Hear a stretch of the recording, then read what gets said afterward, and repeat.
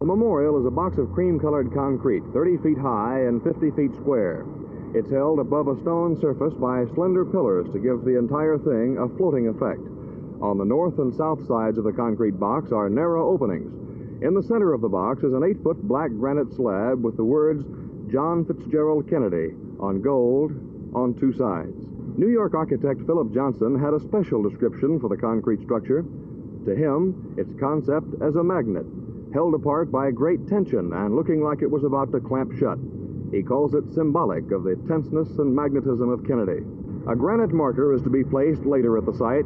It carries these words of architect Johnson. This cenotaph, in honor of President Kennedy, I conceive as a place of quiet refuge, an enclosed place of thought and contemplation, separated from the city around, but near the sky and earth.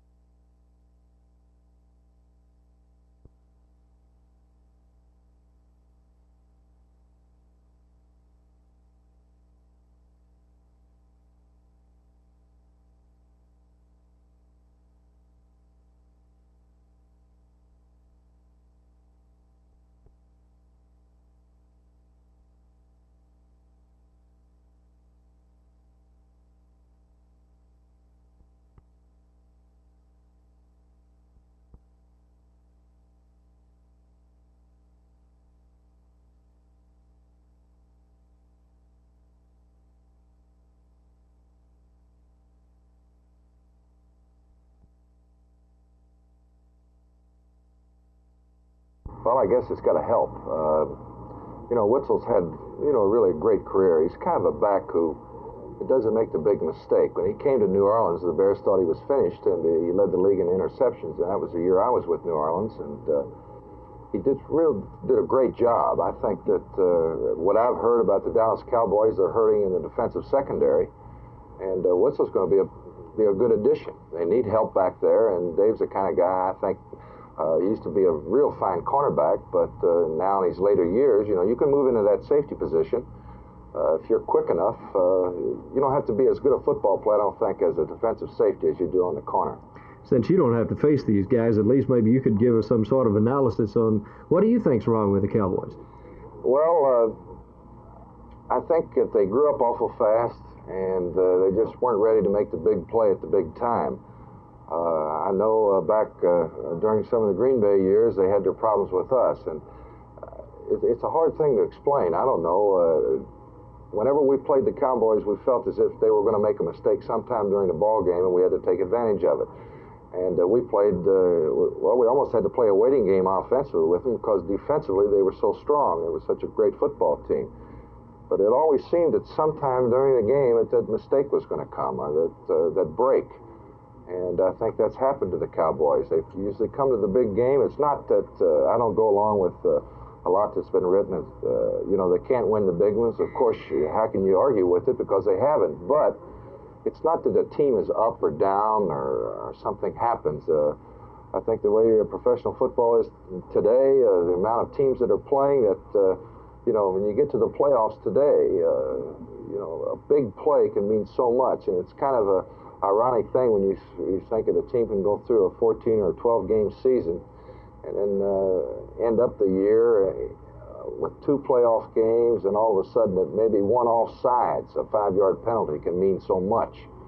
And that's what makes the game so popular. The Cowboys just have never seemed to get over the hump. I think it has become more frustrating to them every year because all the newspaper people and all the magazines usually pick the Cowboys to win it. I think from now on, you're going to find a little bit difference. They're going to be contenders, but they're not going to be picking the Cowboys to win it all in such an easy manner as they have been in the past.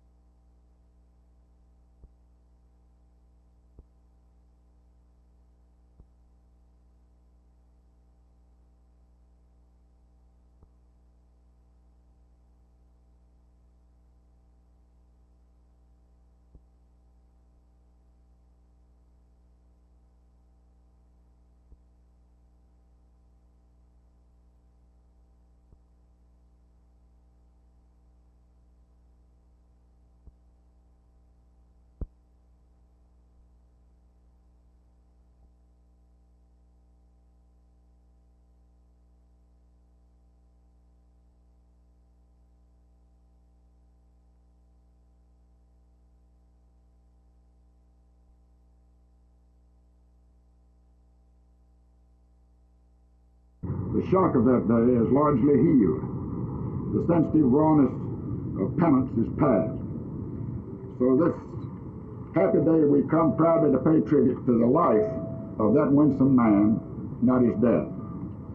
Down the years, these trees will grow to noble proportions and shed their shade on and brightly and proudly honor the life of a bright, warm, proud, and forever young name that in this cherished plot of land shall never lose its luster. Thank you.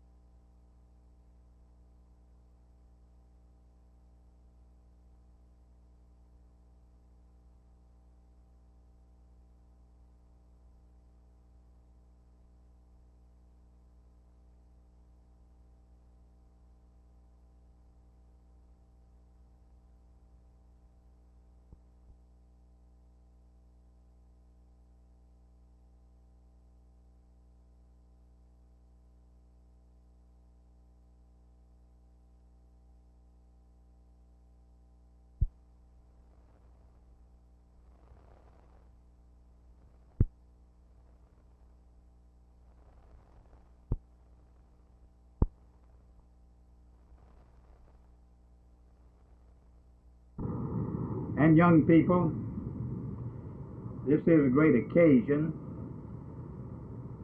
May I can't let this kid. The next person I'd like to introduce is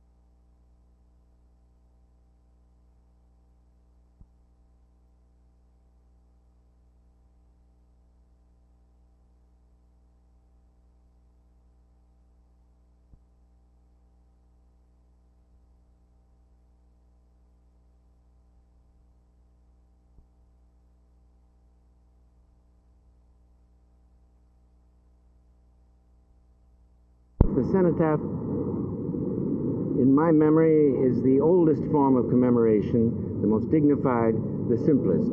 To me, it fits the nihilism of our day to have a very simple, empty room to commemorate a man. A room where you can stand and see nothing but the sky and the ground, to force you to think about why you are there. And the simple inscription of the name is the only reminder you have of the man and of the memory.